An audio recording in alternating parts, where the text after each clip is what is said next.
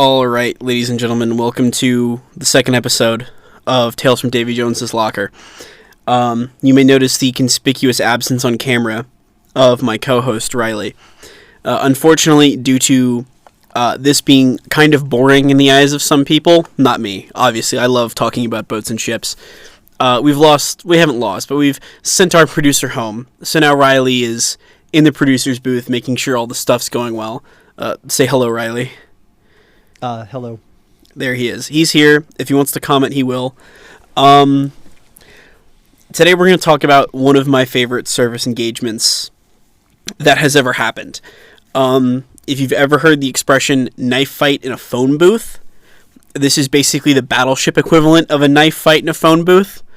I would think paradoxically, I wouldn't think of a ship battle as a knife fight in a phone booth.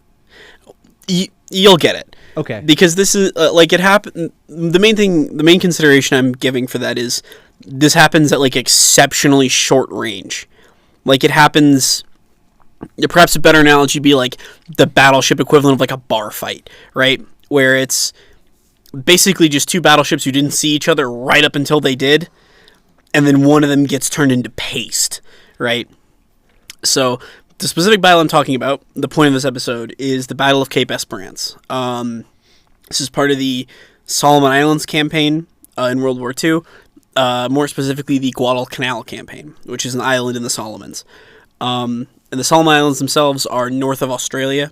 They're just north of Papua New Guinea. So they're firmly in the southwest Pacific Ocean, but they're in the northern east part of that.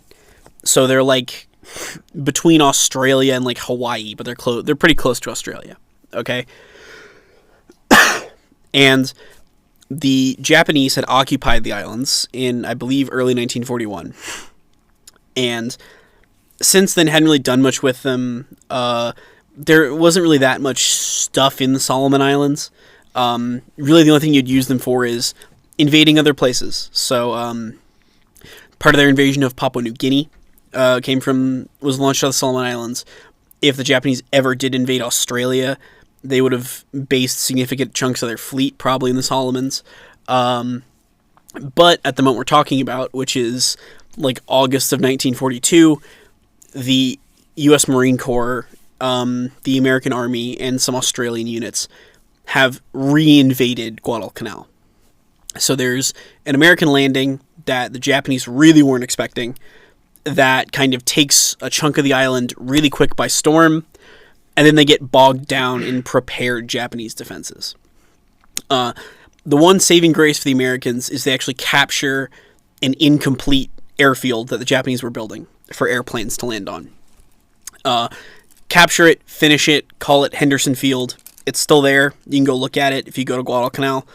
I won a game of GeoGuessr off of knowing what island Henderson Field is one time, because we spawned in at a monument, looking at a plaque that said, "In memoriam of all those who died defending Henderson Field," and I was like, oh, that's in Guadalcanal, I know where that is. Well, and you said there wasn't a lot there. Yeah, so there's still really not a lot there. So, that kind of narrows it down. Yeah. In fact, I'm not really sure why too many of our viewers would be there, if for any other reason than to view... It's a very pretty place. Okay. They have some unique wildlife. Fair enough. Some interesting, Austronesian wildlife. Really pretty jungle, really pretty sea. Beautiful place if you're not fighting a war there. Understandable. If you are fighting a war there, though, it kind of sucks. Because it's a tropical island. It's jungly, it's full of crocodiles, it's awful.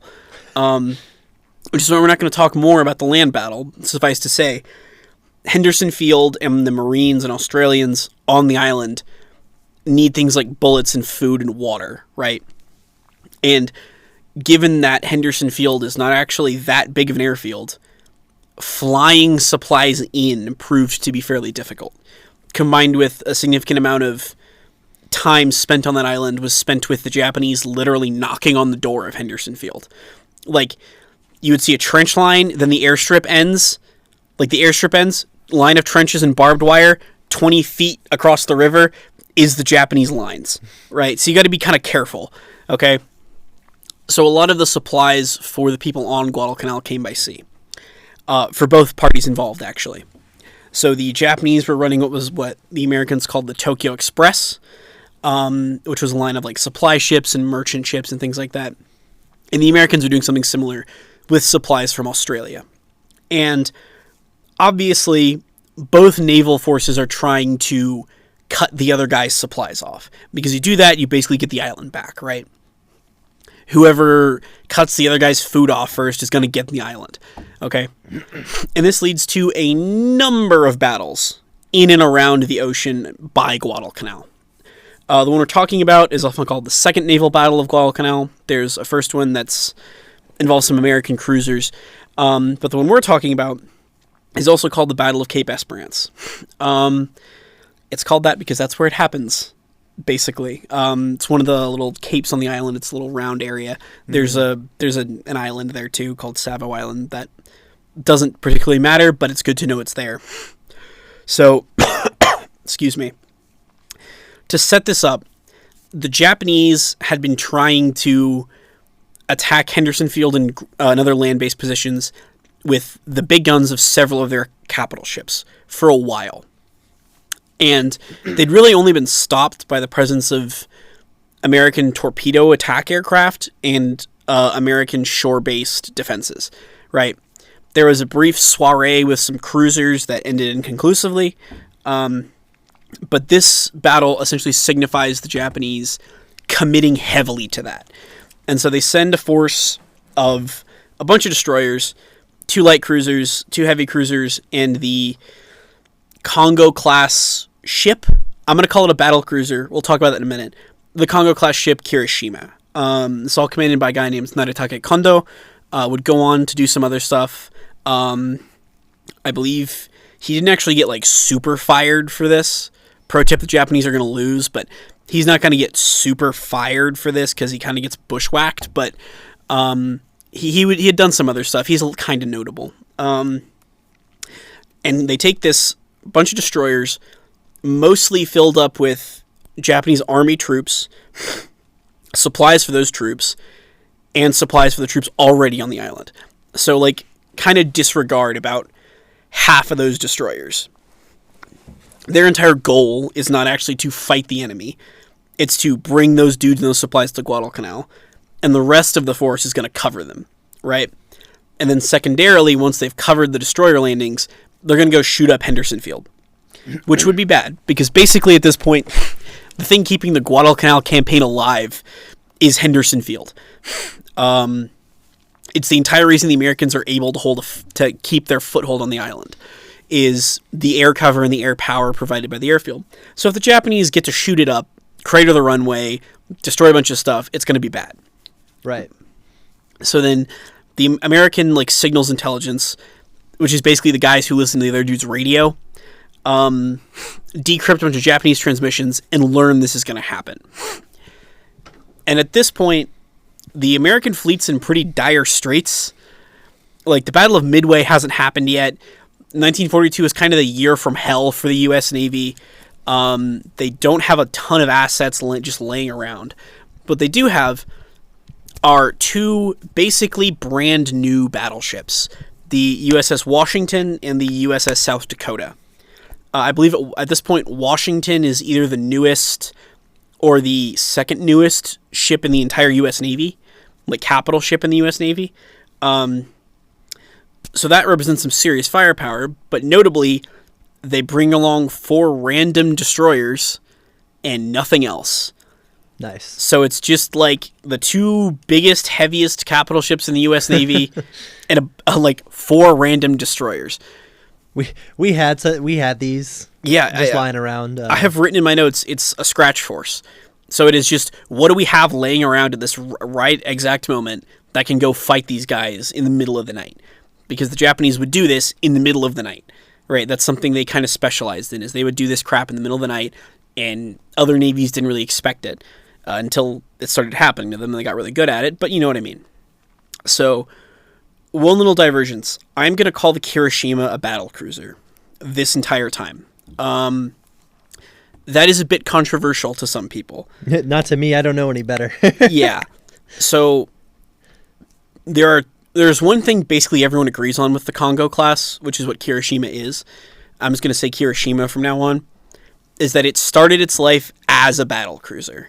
It was built, I believe Kirishima was built in Japan, but two of its siblings of the same class were built in the United Kingdom, designed by the same guy who designed all the British battle cruisers except Renown, Repulse, and Hood. They were built to British battle cruiser standards. They are battle cruisers. The Japanese Navy called them battle cruisers. They were designed to do the thing that battle cruisers do. They were battle cruisers. By about the mid-1930s, all the Congos, but particularly Congo herself and Kirishima, were starting to show their age. So they go in for extensive refits, and changes are made. One of these changes is way better engines. And way better engines means you can have more weight on the same ship for the same speed. So the Congos pretty much universally have a lot more armor and anti-aircraft guns put on them after their refits in the 30s. Now, some people say that makes the Congos fast battleships. Obviously, I disagree. Because if we kind of look at what a battle cruiser... I'm going to exclude Hood from this for a minute, because Hood's an outlier, and we're just going to pretend Hood doesn't exist. What a battle cruiser is really supposed to do is kill enemy cruisers, protect your own fleet from other battle cruisers, and in World War II, keep up with aircraft carriers. And the Congos are supposed to do all of that. That's basically their mission. They are a fast element to keep up with aircraft carriers, to prevent them from getting swarmed by enemy cruisers, and also to provide extra big gun support after the enemy has already been weakened by other Japanese capital ships. So you look at like a contemporary battleship class. I'm going to use the Issei class, which are Japanese and around the same age. They're like 8 or 9 knots slower, but they have armor that stood up to US 16-inch gunfire. For those of you who use metric, that's 406 millimeters. But the Fusos have good armor. They're well protected. They stood up to American heavy gunfire. They stood up to a lot of American air attack. And we're about to see the Congo class don't really stand up to that. They stand up pretty well to cruiser guns, so the 8-inch guns of cruisers. But they don't really stand up too well to full-on battleship-grade weaponry, or really air attack, if they are actually hit. One of the earlier battles around Guadalcanal had actually sunk one of Kirishima's sister ships, the Hiei, with like 2 torpedo hits from attack airplanes, and it went down in a pretty gruesome fashion. And Kirishima, as we're going to see, is going to go down in a pretty gruesome fashion. So, getting into the exact battle, Admiral Kondo, the guy in charge of the Japanese forces, splits his group, because he has like that division of forces I talked about earlier. He splits them into the heavy cruisers, Kirishima, and the destroyer convoy, and the light cruisers and destroyers, making a screen kind of far away from that convoy. And this is mostly, he doesn't really think he's going to be attacked, but this is kind of a safety measure, right? If something is going to attack them, they're going to hit the cruisers and destroyers first, and then he can position Kirishima and the heavy cruisers between the destroyer convoy and the enemy ships, because he's not expecting anything bigger than a few American heavy cruisers to come through, right? And that's exactly the fight Kirishima is designed for. We see a few times, actually, the Congo class are remarkably good at killing American cruisers. It's almost like they were made to do exactly that. But, like, this kind of comes back to bite him. Eventually it will come back, but initially this is a good idea, especially because, in reality, he didn't know this, but the American screening forces are like 4 destroyers, right, and they're all kind of old, right? None of them are particularly new, and none of them are particularly advanced sensor suites on them, so they're kind of like, if I see it, I can shoot it. They can't really see you yet, right? So, around 11 o'clock at night, on the 14th of August, the American destroyer screen basically runs into the Japanese destroyer screen. And this kind of this like brawl that ensues, goes on for about 10 minutes. But the American destroyers, it should be noted, don't have any kind of radar. They haven't been trained for night actions, really at all. And the Japanese have been trained for night actions. So this fight, lasts all of about 10 minutes, right? It's not particularly close. Thankfully for the Americans, this basically just leaves the destroyers as kind of vaguely cindering wrecks in the sea, and most of the men would actually survive. Because they are close to Guadalcanal, so you can just swim to the island, turn up on Henderson Field and go, "Don't shoot them, American," and they'll just hand you an M1 carbine and tell you to go pick a trench, basically.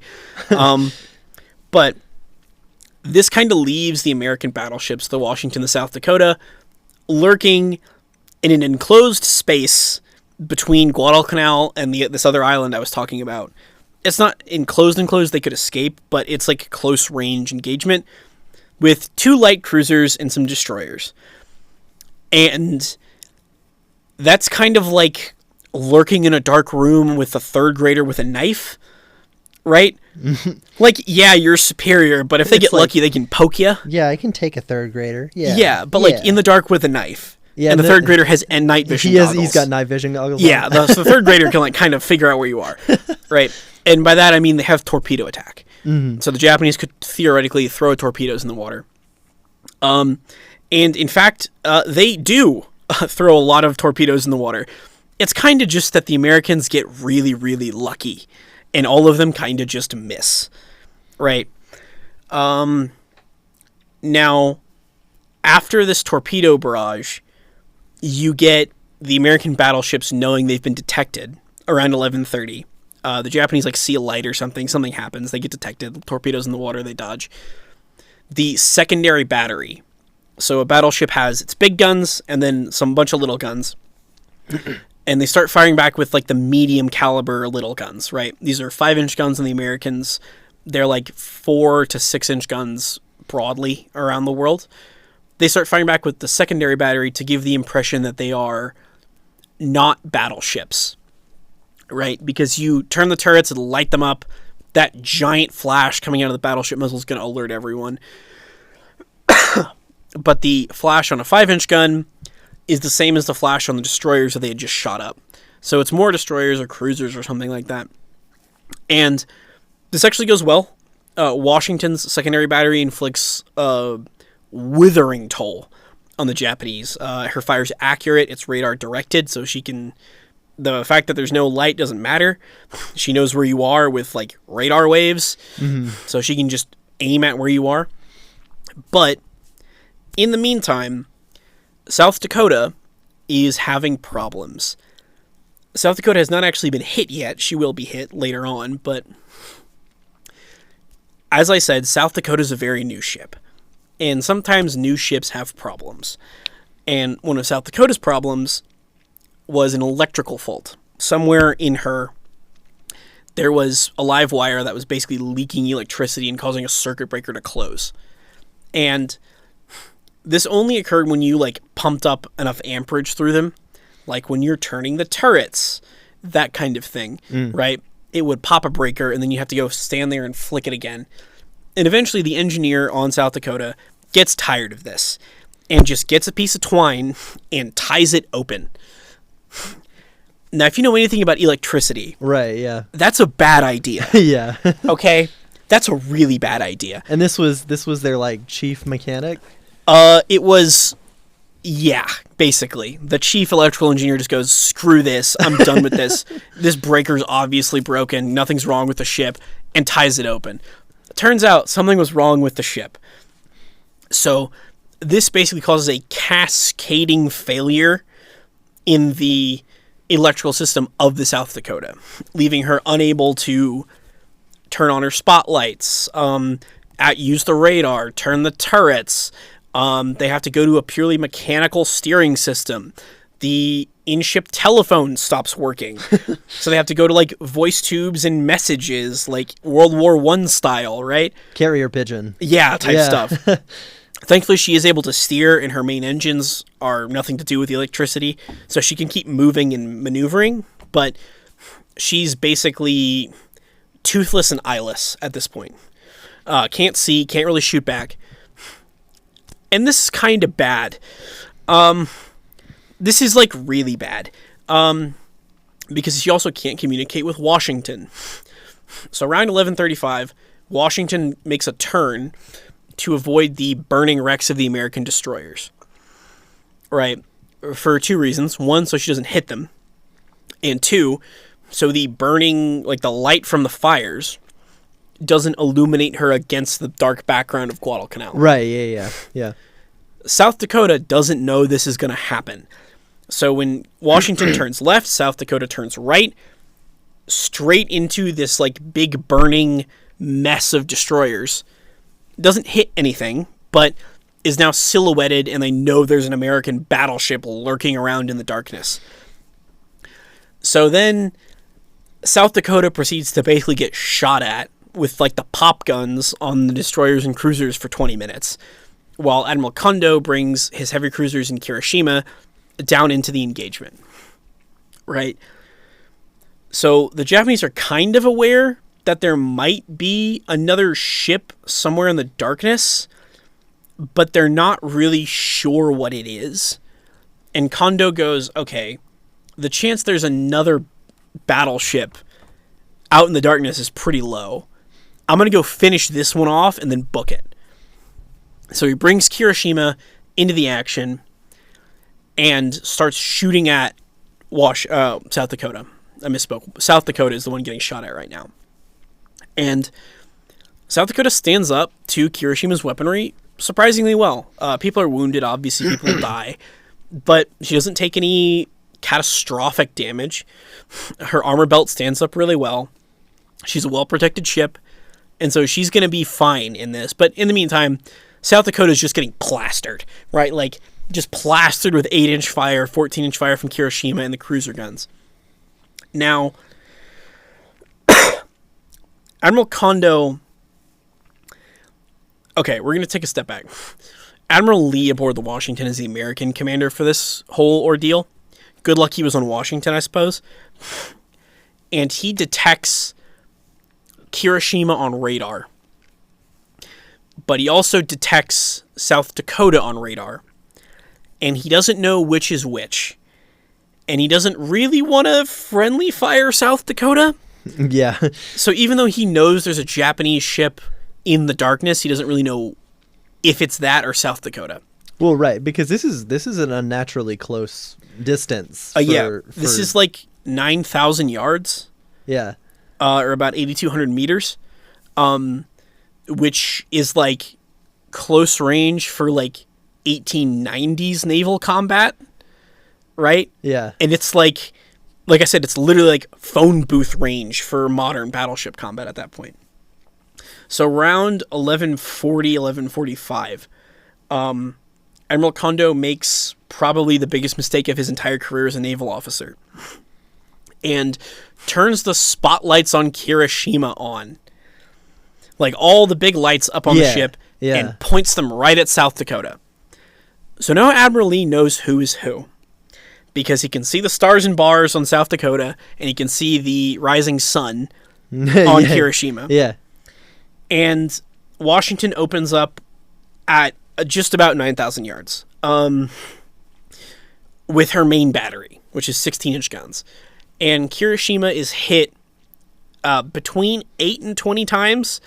I know that sounds like a huge range, but these are salvos of 9, right?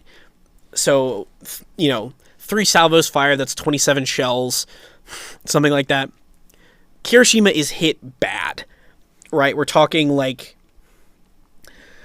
set on fire, all the main gun turrets completely disabled, uncontrollable flooding, rudder jammed hard to the left, her engines are being flooded, her compartments are full of water. Like, it's one of...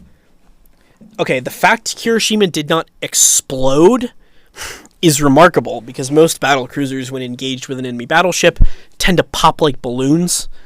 Particularly British-designed ones tend to pop like balloons. What were the British doing? The British were putting 6 inches of armor on a ship and expecting it to go fight battleships. So we'll talk about Jutland one day, but suffice to say, designs contemporary to Kongo and Kirishima were hit by 11-inch guns at Jutland and were turned into like piles of ashes, basically. HMS Princess Royal exploded in catastrophic fashion. Like mushroom cloud, giant explosion, like 3 people out of like the 1,200 on lived on Princess Royal type explosion. Oh, man. And it speaks to the fact that Kirishima is a battle cruiser, but she's well protected for a battle cruiser. Mm-hmm. So even when she's hit in the magazines, she doesn't actually explode. She just rolls over and sinks. Admiral Leon the Washington lights up Kirishima and then basically puts it in full forward, steps on the gas, and books it, right? Because there are torpedoes in the water, there's other dangers, he's worried about air attacks. But my favorite thing about this engagement is basically just Kirishima turning the light switch on, and it's like Admiral Lee sitting in a chair in his living room with a shotgun and just goes, hey man, blows him away, gets up, turns the lights off, and just runs away. Well, I assume you know I assume you have seen those kinds of, like, they're kind of cliche anymore, but you know, in like horror movies and stuff where somebody just comes and like turn the lights on, and there's like always somebody. Yeah, there's a guy like lurking. Right. Yeah. And it's kind of scary to not know what's in the darkness, but then also like when you turn the lights on, it's like, oh well, there it is. There it is. Yeah, cool. There's USS Washington in my living room. I imagine there's not much to be scared of when you're a gigantic U.S. naval battleship. No. To be fair, there's a world where this is a fair fight. If they like replace Kirishima with like Nagato, which is one of their newer ships, or like heaven forbid Yamato is here, Yamato or Musashi, we'd be talking about this the other way around, where it's basically Washington shooting up Yamato and then getting smacked back. Yeah. Right? But in this instance, we're talking about a battlecruiser that does not have the kind of protection to stand up to even one unanswered volley from Washington, much less 2 or 3. Mm-hmm. By 1 in the morning on the following day, so 3 hours later, but it's technically the 15th. 1 in the morning on the 15th, Kondo... Okay, I should say, this engagement happens at about 12. Washington is done shooting at about 12:15 and leaves by 12:20. And at about 1 in the morning, Kondo orders everyone who isn't necessary to keep Kirishima afloat off Kirishima and everyone else to leave. Okay. There was some like chase by Lee, like he kind of made the let me take a step back. South Dakota can move, but she can't see or anything, so she kind of just keeps going in a line. Yeah. And Lee's main intention is to kind of shield her. So once Kirishima is crippled and the lights are off, he kind of identifies where South Dakota is and keeps enemy light forces away from her. And Kondo kind of does the same thing with Kirishima. He husbands his cruisers near Kirishima to kind of keep Washington from coming back for seconds. And so what happens is you basically get a short running night battle with Washington kind of just popping secondary gunshots in the vague direction of the Japanese, and Japanese light forces kind of trying to identify where Lee goes. Okay? Now, by about 2 in the morning, every Japanese ship that isn't Kirishima that had been damaged is sunk. Several destroyers are sunk. Notably, a few of the ones heavily laden with troops are actually sunk. And almost all those guys actually live. But the more important thing in that ship really wasn't the guys. It was all the stuff in the hull. Like food, heavy weapons like machine guns, anti-tank rifles, or anti-tank guns, I should say. Anti-aircraft guns, large amounts of ammunition. All go to the bottom. By 3:25, Kirishima would capsize. So that's up, straight down. Yeah, Come to look at the wreck. she was almost split in half. Really bad flooding on the front end of the ship. And the one saving grace is a lot of the crew would escape.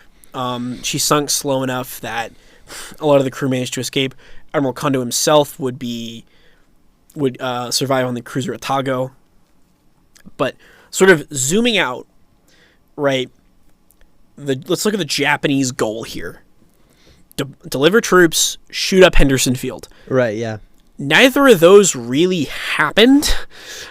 And this was not helped by the destroyers who did manage to land being beached out of kind of panic because Washington's just here. So they just gun it into the beach. And they're just sitting there. And at around 5 a.m. that day, the Cactus Air Force from Henderson Field would come and drop incendiary bombs and burn up most of the stuff in the ships. So this whole exercise, deliver supplies, shoot up Henderson Field. Well, the supplies either are at the bottom of the ocean or on fire. The ship you're going to shoot up Henderson Field with is on fire and at the bottom of the ocean. Right, yeah. So this would prove to be just disastrous for the Japanese. This is kind of the battle that breaks their back on Guadalcanal because even like earlier that year, the Japanese were having problems feeding their troops. After this convoy doesn't get there, they can't attempt one for a while because American carriers and their airplanes have come back in the theater, and that means slower or even fast convoys have a really hard time getting there, just down to air power. So they would try some stuff with like submarine delivered supplies and sneaking single ships in at night, but that never proved to be enough. So, like, the Japanese would kind of decide to give up on the island in November of that year. A lot of that is driven by this super fun and not at all awful statistic that in November, 2/3 of the Japanese army on Guadalcanal was suffering from malnutrition. And they weren't very likely to get food anytime soon. Yeah. So by December, they were losing 50 men per day to Allied artillery attacks, airplanes, and mostly malnutrition. So dudes were starving to death faster than the Americans could actually kill them, right? And by December 31st, so the last day of 1942, they had decided to evacuate the island, and by February, the island would fully be in American and Australian hands. Cape Esperance kind of represents like the first real victory the U.S. actually gets in the Pacific, right? Yeah. I know that sounds crazy because... I mean, yeah, but you think about it, it's not really until World War II is almost over halfway done before you see, honestly, anyone from the Allied side have any kind of worthwhile victories. We talk about like Stalingrad in the Eastern Front, right, which is the first like real win the Soviets get in their fight. We talk about the campaign in the Western Desert for the first real win the British really get. Right, yeah. Esperance is really the first win the Americans get, but it's not like the big one. Yeah, Stalingrad is the big one. Right. But like the invasion of Italy, the big one for the Allies, right? Once they start doing that, the war is basically over in the West. Well, it's not over. A lot of fighting had to be done, but the writing was kind of on the wall. The Battle of Midway, which we'll talk about one of these days, really is the moment the Japanese lost the war. And Cape Esperance represents a sort of force that sets up Midway because it inches the Japanese closer and closer to what they called the Kantai Kessen, or the decisive battle, which is their whole idea that, well, we're going to get the American fleet in one place, and then we're going to kill them, and then the Americans are just going to give up. Which, to be fair, was not actually that wrong. That was like good theory. It still actually is good theory. But the problem was that they didn't win. So they lost the decisive battle. Right. And then they went, oh no, we can't exactly just give up and lose. Yeah. Right? Sure. Which is kind of always what happens, but usually if you win the decisive battle, you are winning the war anyway. This specific engagement, though, is one of my favorites. It's like so viscerally interesting because it is just something that does not happen there's like one or two engagements that get this close and like this filthy in the history of battleships, and one of them is HMS Warspite in the fjords in Norway. We'll talk about that one sometime too. But this, it's a super interesting. Like the whole campaign on Guadalcanal is incredibly interesting to me. But it shows off like what makes the U.S. Navy good, and it's not that. Well, it is that our ships are the best, but it's not in this case that our ships are the best or that we have the most of them. In fact, we were heavily outnumbered this whole fight. But it's that we trust our guys to make choices and we trust our guys to be smart. So Admiral Lee aboard the Washington, one of the most competent admirals the United States Navy has ever had. Right? Dude just knows what he's doing. You see, obviously there's that one guy on South Dakota who's a bit stupid, but, Well, he was probably like, Oh, he definitely got court-martialed. He was a little lower down on the... Yeah, he wasn't an admiral. Yeah. But the guy in charge of South Dakota does a remarkably good job of actually saving his ship. Like, he just takes evasive action, realizes he's out, and tries to run.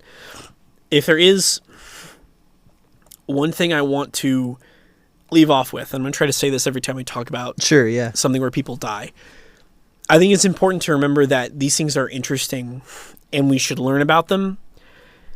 But you also have to understand that people died. That's a good point. And you have to understand that these people's lives meant something. Mm-hmm.